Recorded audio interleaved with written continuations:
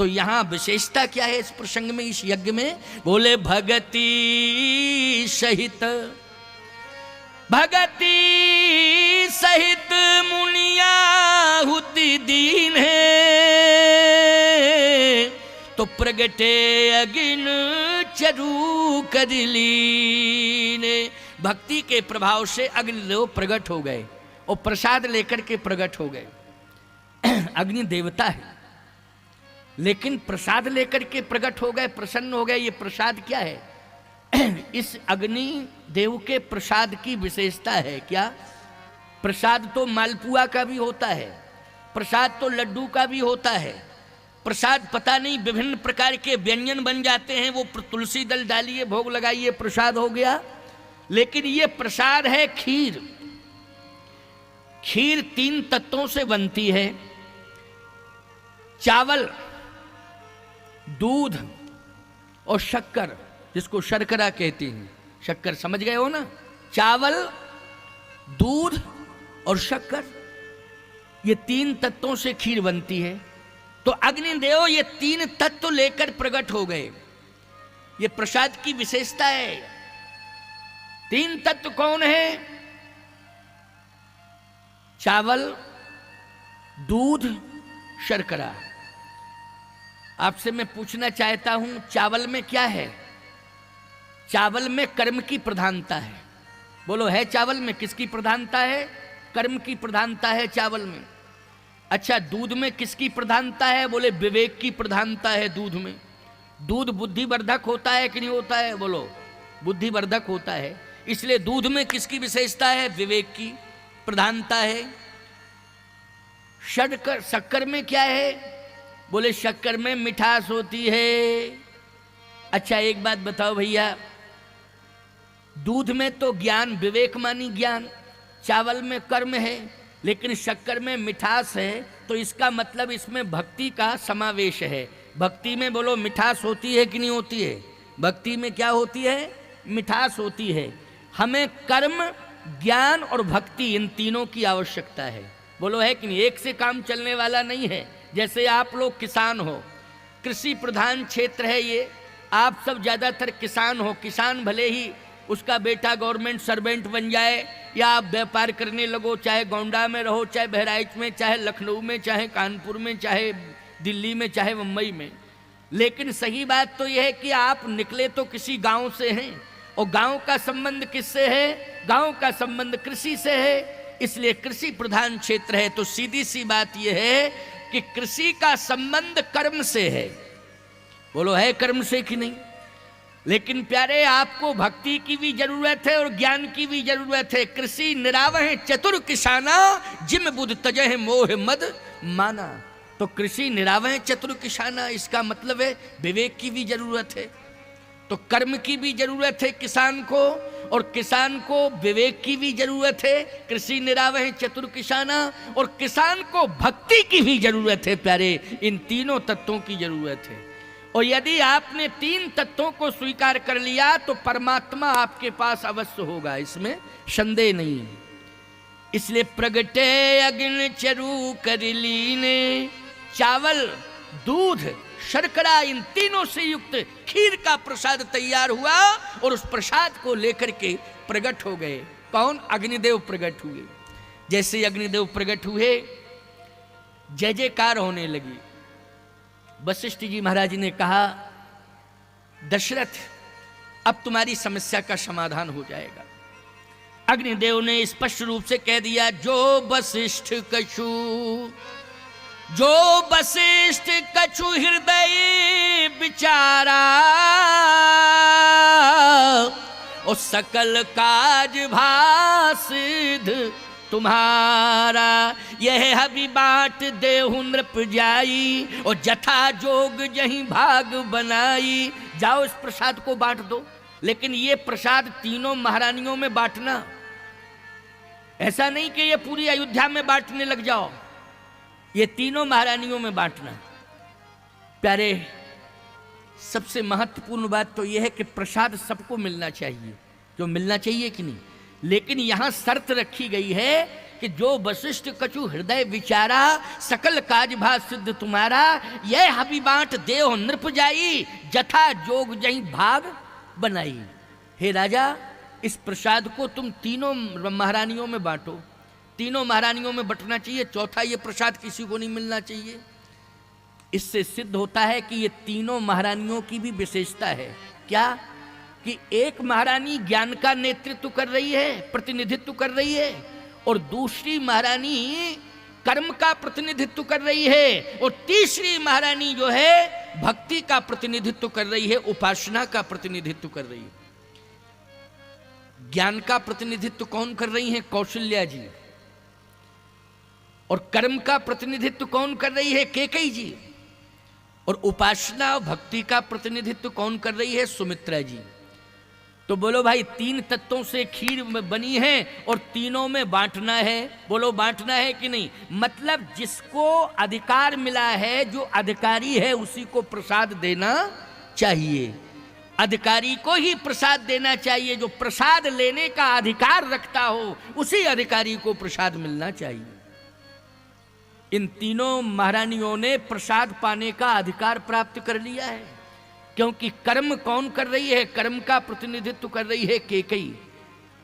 आध्यात्म रामायण में वर्णन आता है क्या? ज्ञान भक्तिश्चो कौशल्या, ज्ञान शक्तिश्चो कौशल्या, सुमित्रो उपासनात्मिका, क्रिया शक्तिश्चो कैकेयी, वेदो दशरथो नृपः। ज्ञान और शक्ति की प्रतीक हैं कौशल्या जी। सुमित्रोपासनात्मिका, सुमित्रा जी उपासना की प्रतीकमान मूर्ति हैं। क्रिया शक्तिश्चो कैकेयी, कैकेयी कर्म का प्रतिनिधित्व कर रही है। इसलिए इन तीनों महारानियों में ही प्रसाद को बांटना है। और सुन लीजिए, तीसरा भाव इसमें आ गया क्या? कि परमात्मा को आप बुलाना चाहते हैं तो पहले मार्ग का निर्माण करिए। जैसे आप किसी को अपने घर बुलाना चाहते हैं तो घर पहुंचने वाला रास्ता होना चाहिए कि नहीं होना चाहिए? अगर रास्ता क्लियर नहीं है तो आपके घर में कोई पहुंचेगा नहीं। कौन पहुंचेगा? इसलिए पहले रास्ते का निर्माण होना चाहिए। तो यहां भगवान को बुलाया जा रहा है, तो बुलाने के पहले इस प्रसाद ने तीन मार्गों का निर्माण कर दिया है, क्योंकि इन्हीं मार्ग के माध्यम से परमात्मा आएगा। तो तीन मार्ग बने, कर्म मार्ग बना, ज्ञान मार्ग बना और उपासना मार्ग बना। ये बहुत महत्वपूर्ण बातें हैं। देखो, सामान्य बातें कह दो तो ये अलग विषय है, तुम सुन लोगे, हम सुना देंगे, लेकिन महत्वपूर्ण बातें जो हैं उन्हें सुनना चाहिए, उनका मन भी बनाना चाहिए सुनने का, तभी तो कथा सुनने का लाभ है। बोलो, है कि नहीं? नहीं तो हम गाना बजाना शुरू कर दें, इन्हीं लोगों से कहेंगे तुम ही गाते रहो, थोड़ा बहुत हम भी तुम्हारा सहयोग गाने बजाने में कर देंगे, तो ऐसे काम चलने वाला नहीं है। मैं तो संत हूँ, संत परंपरा की कथा कहता हूँ। मैंने बताया नहीं, 50 वर्ष हो गए मुझे कथा कहते कहते। जन्म से साधु हूँ तो साधु परंपरा की ही कथा कहता हूँ। और अब तो परंपरा क्यों छोड़ूं? अब तो समय आ चुका है, इसलिए परंपरा छोड़ के थोड़ी जाऊंगा। परंपरा का परिपालन करके ही इस दुनिया से जाऊंगा प्यारे।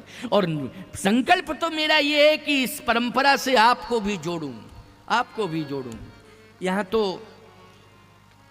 आप लोग कितने व्यस्त हैं ये मुझे पता नहीं है, नहीं तो हमारी कथा में तो हजारों की भीड़ होती है, बहुत विशाल व्यवस्थाएं रहती हैं। परंतु आप लोगों की अपनी व्यस्तता होगी, आपके क्षेत्र की व्यस्तता होगी, या जो भी व्यवस्था हो, मैं तो नहीं कह सकता हूँ। परंतु मैं ये सत्य है कि बहुत हजारों हजार लोग आते हैं। और कथा की मेरी यही शैली है, सर्वत्र यही शैली, कोई परिवर्तन नहीं है, कहीं कोई परिवर्तन नहीं है। बस प्रसंग आता जाएगा, विस्तार होता जाएगा और मैं वर्णन करता जाऊंगा, लेकिन उपदेश देता हूं। कथा को केवल मैंने कथा नहीं बनाया है, कथा के माध्यम से आपके जीवन की व्यथा दूर हो, ये लक्ष्य है मेरा कथा कहने का। आपके परिवार की व्यथा दूर होनी चाहिए। भाई, कथा से आपको क्या मिल रहा है? आपको भी तो मिलना चाहिए, तभी तो वो कथा है। नहीं तो रामायण है, रामायण तो घर में भी पढ़ सकते हो ना, अर्थ भी तो लिखा हुआ है नीचे। लेकिन नहीं, सत्य तो यह है कि आपको कथा सुननी है और कथा सुन करके परिवर्तन करना है, हृदय परिवर्तन होना चाहिए, आपकी व्यथा दूर होनी चाहिए, आपकी समस्या दूर होनी चाहिए, तभी कथा कहने वाले की सार्थकता है और कथा सुनने वाले की सार्थकता सिद्ध होगी। तो आज तीन मार्ग, कर्म मार्ग, ज्ञान मार्ग, उपासना मार्ग, भगवान को बुलाने के लिए यज्ञ ने मार्ग का निर्माण किया है। ये यज्ञ जो हो रहा है परमात्मा को प्राप्त करने के लिए मार्ग प्रशस्त कर रहा है यज्ञ।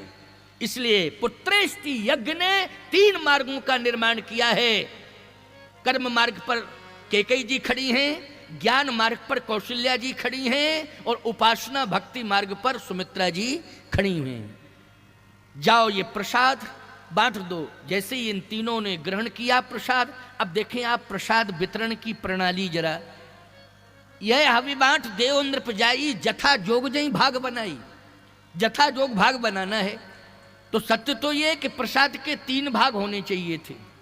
क्यों भाई, जथा जोग में भाग कितने होने चाहिए थे? 3 होने चाहिए थे, लेकिन भाग हो गए 4। अच्छा, पुत्र कितने आए? 4। मैं आपसे कहना चाहता हूं, धरौ धीर हुई है सुत 4। पुत्र तो 4 आने हैं क्योंकि वचन दे दिया गया ना, इसलिए 4 पुत्र आएंगे। लेकिन महारानियां कितनी हैं? 3 ही हैं, 4 तो नहीं है। 3 महारानी हैं और पुत्र होने हैं 4। तो सत्य तो यह है कि प्रसाद के 4 भाग होने चाहिए, तभी तो 4 पुत्र आएंगे। लेकिन समस्या इस बात की है कि अगर बराबरी से प्रसाद बांटा जाएगा तो 3 भाग होंगे। अगर बराबरी से प्रसाद बांटा जाएगा तो केवल 3 भाग होंगे। लेकिन अगर 4 भाग करना है तो फिर विधि में, बांटने की विधि में परिवर्तन करना पड़ेगा। लेकिन समस्या क्या हुई अब सुनिए जरा। महाराज दशरथ प्रसाद लेकर के पहुंचे और जैसे प्रसाद लेके पहुंचे तो तीनों महारानियां हाथ जोड़े खड़ी थीं, क्योंकि प्रसाद आ रहा है यज्ञ का और 3 मार्गों का निर्माण होना है। तो जैसे ही प्रसाद के लिए हाथ जोड़े तीनों महारानियां खड़ी थीं तो गोस्वामी जी कहते, अर्ध भाग कौशल्य दीना।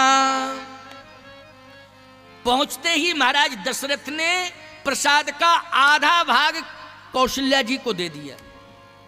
महाराज दशरथ ने आधा भाग किसको दे दिया? कौशल्या। पहुंचते ही दे दिया। अब 3 भाग होने थे। अब 3 भाग कैसे? संकेत तो यही मिल रहा था क्या कि जथा जोग जही भाग बनाई। जथा जोग, तो जथा जोग में 3 भाग होने चाहिए, लेकिन भाग भगवान की प्रेरणा से 4 होने थे। कितने होने थे? 4 होने थे। तो पहुंचते ही महाराज श्री दशरथ ने आधा प्रसाद कौशल्या जी को दे दिया। कौशल्या जी ने ले लिया। अर्ध भाग कौशल्य ही दीना, उभय भाग आधे पुण्य कीना। कैकेयी का सो नृप देव। आधे में से आधा करके जैसे कैकेयी जी को दिया तो कैकेयी जी ने जैसे ही वो प्रसाद लिया तो उस प्रसाद को वो उछालने लगी। आंखें थोड़ी लाल हो गईं, चेहरा बदल गया, ऐसा लग रहा था कि असंतुष्ट हो गई। क्यों कि 3 भाग होने चाहिए थे, लेकिन डायरेक्ट आधा दे दिया कौशल्या जी को और मुझे आधे में से आधा दिया। यही तो एक समस्या है। यहां भी अगर प्रसाद बंट रहा हो और प्रसाद बांटने में थोड़ा सा अंतर कर दिया जाए, किसी को ज्यादा किसी को कम दिया जाए, तो भले ही कोई यहां ना कहे, लेकिन सड़क पर जाकर जरूर कहेगा कि पहचान पहचान करके प्रसाद दिया जा रहा है, पहचान पहचान के प्रसाद दिया जा रहा है। वहां ये कंडीशन है। तमाम प्रकार की चर्चाएं लोग कहने लगेंगे। यहां कैकेयी जी ने थोड़ा सा रुझान बदल दिया, आंखें लाल हो गईं, चेहरा बदल गया और वो प्रसाद को हाथ में तो ले लिया, लेकिन प्रसाद को उछालने लगी। जैसे प्रसाद को उछालने लगी तो कौशल्या जी ने कहा, नाराज मत हो, नाराज मत हो। क्यों भाई, भगवान को आना है, नाराजी पहले ही से शुरू हो गई। जिस घर में विवाद शुरू हो जाएगा, ईमानदारी से बताओ, भगवान आएगा उस घर में? सोचो जरा। जिस घर में विवाद शुरू होगा उस घर में भगवान आ ही नहीं सकता है। और यहां प्रसाद वितरण में आना भगवान को है, लेकिन यहां विवाद शुरू हो गया तो तुरंत कौशल्या क्या कहती है, नहीं नहीं नहीं नहीं, घबराने की कोई जरूरत नहीं है, नाराज मत हो, जो मुझे मिला है वो भी मैं आपको दे रही हूं, लो। लेकिन ऐसा भी गड़बड़ है कि कोई प्रसाद से वंचित रह जाए। बोलो भाई, ये भी परंपरा नहीं है कोई प्रसाद ही से वंचित रह जाए। और याद रखना, अगर प्रसाद से वंचित किसी को कर दिया जाए तो उस घर में परमात्मा आएगा क्या? उस घर में परमात्मा नहीं आएगा। तो प्रसाद कहीं समस्या ना बन जाए, इसके लिए देखिए समाधान कितना अच्छा है। अब सुनो भगवान कैसे आता है, किन परिस्थितियों में माताओं बहन बेटियों भगवान आता है, भाई वृंदो किस कंडीशन में परमात्मा आता है, हमें इस पर विचार करना है। अर्ध भाग कौशल्य ही दीना, उभय भाग आधे पुन कीना, केकेयी कह सो नृप देऊ, रहो सो भय भाग पुन भयऊ। अब जैसी केकई को दिया तो केकई जी नाराज हो गई। अब जब नाराज हो रही थी तो याद रखना, एक तप गंधमादन पर्वत पर भी हो रहा था, और वो भी पुत्र की प्राप्ति के लिए तप हो रहा था। सावधानी से सुनना, लेकिन वहां यज्ञ नहीं हो रहा था, वहां केवल तप हो रहा था, यज्ञ नहीं हो रहा था। गंधमादन पर्वत पर दक्षिण भारत में आपको वहां कौन तप कर रहा था? पुत्र की प्राप्ति के लिए हनुमान जी महाराज की मां अंजना जी तप कर रही थी। किसकी प्राप्ति के लिए? हनुमान जी की प्राप्ति के लिए, पुत्र की प्राप्ति के लिए गंधमादन पर्वत पर अंजना माता तप कर रही थी, लेकिन वहां यज्ञ नहीं हो रहा था, केवल तप हो रहा था। ईमानदारी से बताओ, भगवान राम अगर इस धरती पर आएंगे तो यज्ञ के माध्यम से, तो हनुमान जी क्या सहज भाव से आ जाएंगे? बोलो भाई, हनुमान जी भी यज्ञ के माध्यम से ही आएंगे, क्योंकि राम ते अधिक राम कर दासा। बोलो भाई, मोरे मन प्रभु विश्वासा, राम ते अधिक राम कर दासा। तो गंधमादन पर्वत पर अंजना माता तपस्या कर रही थी, यज्ञ अयोध्या में हो रहा था, लेकिन तप केवल गंधमादन पर्वत पर, वहां यज्ञ नहीं हो रहा था। और बिना यज्ञ के प्रसाद के न राम आएंगे न हनुमान आएंगे। बोलो, यज्ञ के प्रसाद से ही राम आएंगे, यज्ञ के प्रसाद से ही हनुमान आएंगे। तो आज जो केकई जी को प्रसाद दिया गया, ये भगवत प्रेरणा से ही परिवर्तन हुआ है वहां पहुंच करके, क्योंकि ये प्रसाद जो है अंजना माता को भी प्राप्त हो जाए, ऐसा कोई उपाय होना चाहिए, ऐसा कोई प्रयोग होना चाहिए। इसके लिए ये प्रयास चल रहा है। तो जैसे ही केकई जी ने प्रसाद को उछाला तो एक स्वर्ग की अप्सरा श्रापित थी, जो चील का रूप धारण कर चुकी थी। चील जानते हो ना तुम लोग, चील क्या बोलते हैं? चील ही बोलते होंगे।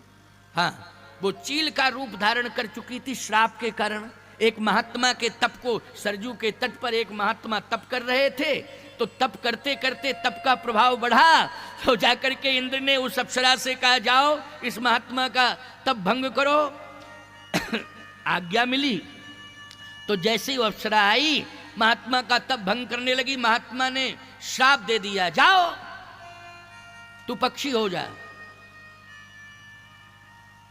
और निकृष्ट पक्षी, चील निकृष्ट पक्षी होता है, बोलो होता है कि नहीं होता है? जा, तू जितनी सुंदर बनती है, महात्माओं की साधना में विक्षेप पैदा कर रही है, आज मैं तुझे श्राप देता हूं कि तू निकृष्ट पक्षी हो जा, कोई तेरी ओर देखेगा नहीं, सड़ा गला मांस खाने को तुझे मिलेगा। बोलो, निकृष्ट जिंदगी हो गई कि नहीं हो गई उसकी? अब जैसे ही श्राप सुना तो घबरा गई, रोने लगी, महात्मा के चरण पकड़ लिए, कहा महाराज क्षमा करो, मेरी कोई भूल नहीं है, भूल तो इंद्र की है, मैं उसके अधीनस्थ हूँ, लेकिन आपसे मेरी प्रार्थना है कि आप मुझे कोई मुक्ति का उपाय बताएं, मैं तो पतित हो गई हूँ, आपने शापित कर दिया है, निश्चित है कि मेरा जीवन अधम हो गया है, मेरे ऊपर कृपा करो, कृपा करो। तो महात्मा सरल भी होते हैं, समझ गए हो कि नहीं? महात्मा सरल होते हैं। महात्मा ने कहा चलो कोई बात नहीं, अब तू क्षमा मांग रही है, गलती करना नहीं, बस इसी सरजू के तट पर रहना और अयोध्या को छोड़ना नहीं। अयोध्या में जो भी साधु संतों का उच्छिष्ट मिल जाए बस उसी को ग्रहण करना, और जब भी प्यास लगे तो सरजू जल के अलावा कोई जल ग्रहण मत करना। तो मेरा उद्धार कैसे होगा? कैसे मेरा उद्धार होगा? कहा तेरा परम कल्याण, संतों का उच्छिष्ट ग्रहण करेगी तो तेरा कल्याण हो जाएगा, सरजू का जल पिएगी तो तेरा उद्धार हो जाएगा। और एक दिन वो समय आएगा कि अयोध्या में यज्ञ होगा तो यज्ञ का प्रसाद भी तुझे प्राप्त हो जाएगा। एक दिन अयोध्या में यज्ञ होगा, भगवान की प्राप्ति के लिए यज्ञ होगा, यज्ञ का प्रसाद भी मिलेगा। लेकिन अब रुक गई हो। महाराज लेकिन क्यों लगा दिया आपने? उस प्रसाद को तू ग्रहण मत करना, क्योंकि तुझे प्रसाद ग्रहण करने का अधिकार नहीं मिलेगा। यज्ञ से जो प्रसाद मिलेगा उसको ग्रहण करने का केवल 4 को अधिकार मिलेगा। किसको मिलेगा? 4 को अधिकार मिलेगा।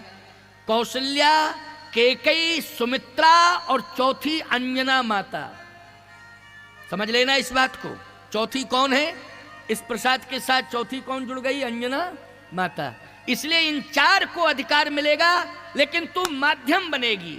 बस जैसे ही तेरे हाथ में प्रसाद आए तो उड़ करके तू चली जाना जहां गंधमादन पर्वत पर अंजना माता तपस्या कर रही हो। बस ये प्रसाद तू उन्हीं के हाथ में सौंप देना, जिससे तेरा उद्धार हो जाएगा, तेरा उद्धार हो जाएगा। और जैसे ही केकई ने वो प्रसाद उछाला, तो जैसे उछाला तो वो चील उड़ रही थी, उसने उस प्रसाद का एक कण ले लिया और ऋषि की बात याद आ गई कि गंधमादन पर्वत पर जहां अंजना माता तपस्या कर रही हैं, वहां जाकर के तू ये प्रसाद उन्हें दे देना, तेरा उद्धार हो जाएगा। और जैसे वो चील पहुंची और गंधमादन पर्वत पर अंजना माता इस मुद्रा में तपस्या कर रही थी, जैसे ही यज्ञ का प्रसाद, अयोध्या के पुत्र कामेष्टि यज्ञ का प्रसाद अंजना माता के हाथ में आया, अंजना माता के नेत्र खुल गए और जैसे प्रसाद को देखा तो संपूर्ण अयोध्या का दर्शन हो गया, सरजू मैया का दर्शन हो गया, यज्ञ का दर्शन हो गया। और अंजना माता ने माथे से लगाया, कहा मेरा जीवन धन्य हो गया। जिस पुत्र की प्राप्ति के लिए मैं तप कर रही थी, आज वो तप मेरा सफल हो गया। और जैसे मस्तक पर लगाया और प्रसाद को, यज्ञ का हविष्यान प्रसाद ग्रहण किया, और जैसे ग्रहण किया तो अंजना माता के उदर में श्री हनुमान जी उदस्त हो जाते हैं। बोलिए हनुमान जी महाराज की।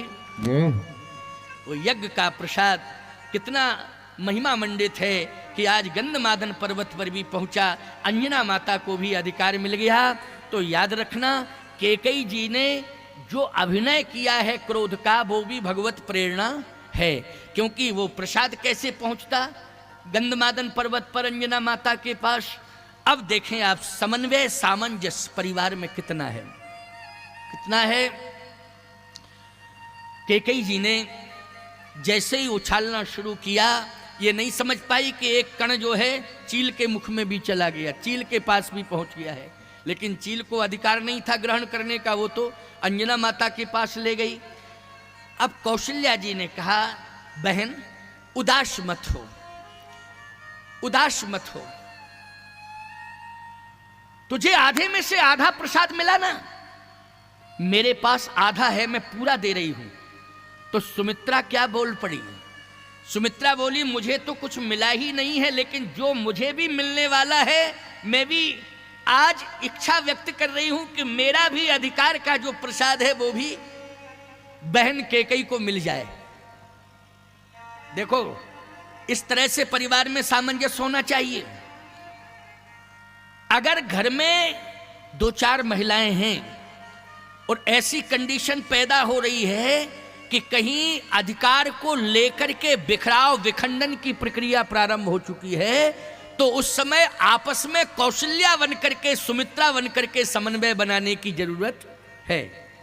कौशल्या और सुमित्रा बनकर के यदि परिवार में समन्वय बनाया जाएगा, तो मैं दावे के साथ कह सकता हूं, जिस परिवार में महिलाओं के अंदर संगठन हो जाएगा, समन्वय बन जाएगा, इस कलयुग में उसी घर में राम का प्रादुर्भाव हो जाएगा, इसमें संदेह नहीं है। उसी घर में श्री राम का प्रादुर्भाव होगा।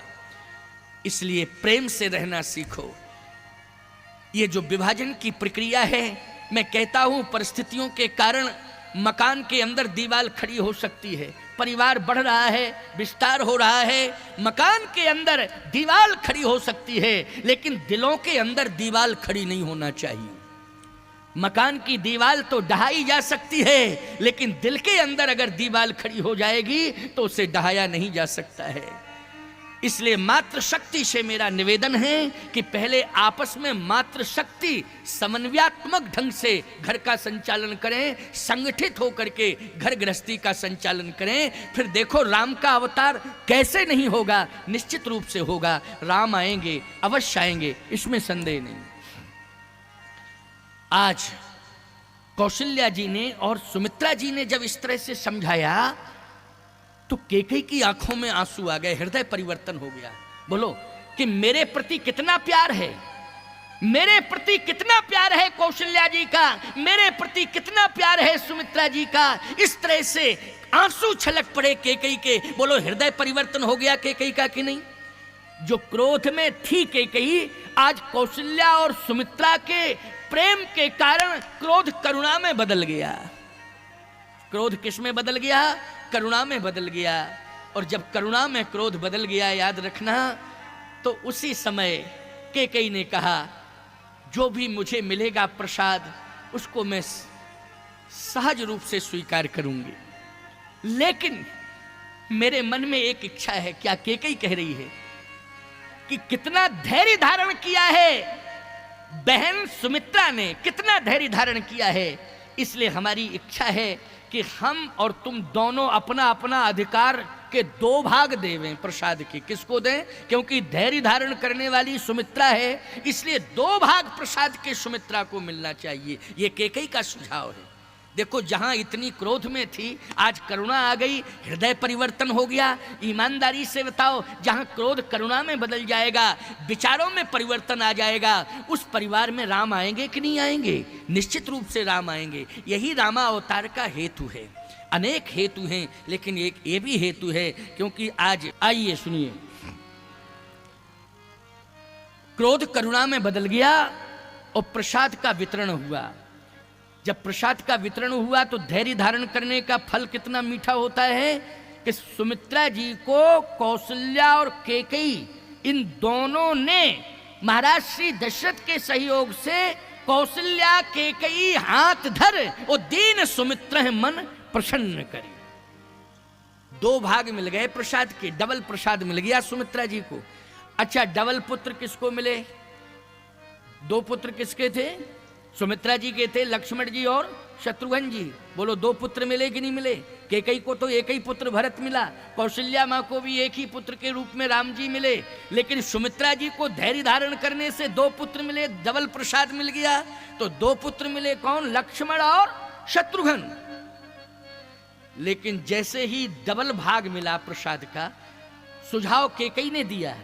कौशल्या ने अपने में से, कैकेयी जी ने अपने में से महाराज दशरथ के माध्यम से जैसे वो 2 भाग प्रसाद के सुमित्रा जी को दिए, तो सुमित्रा जी ने माथे से लगाया प्रसाद और ग्रहण करने के पहले एक शपथ ली। देखो, प्रसाद को ग्रहण करने के पहले एक सौगंध ली, शपथ, संकल्प जिसको कहते हैं। क्या संकल्प लिया? सुमित्रा जी ने संकल्प लिया कि मुझे तो 2 भाग मिले प्रसाद के, और इसमें दोनों बहनों की महिमा है। मेरे पति की महिमा तो है ही है, लेकिन दोनों बहनों की महिमा है।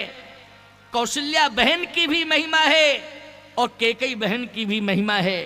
कौशल्या और कैकेयी इन दोनों बहनों ने अपने प्रयास से मुझे 2 भाग प्रसाद के दिए हैं। अगर कहीं यज्ञ भगवान ने इस 2 भाग के माध्यम से अगर मुझे 2 पुत्र दिए, तो मैं दोनों पुत्रों को, दोनों बहनों की बेटों की सेवा में लगा दूंगी। अपने पास में एक भी पुत्र नहीं रखूंगी, दोनों को सेवा में लगा दूंगी। और याद रखना, सुमित्रा ने दोनों पुत्रों को सेवा में लगाया। बड़ा बेटा लक्ष्मण राम की सेवा में है और छोटा बेटा शत्रुघ्न भरत जी की सेवा में है। देखा, जहां इस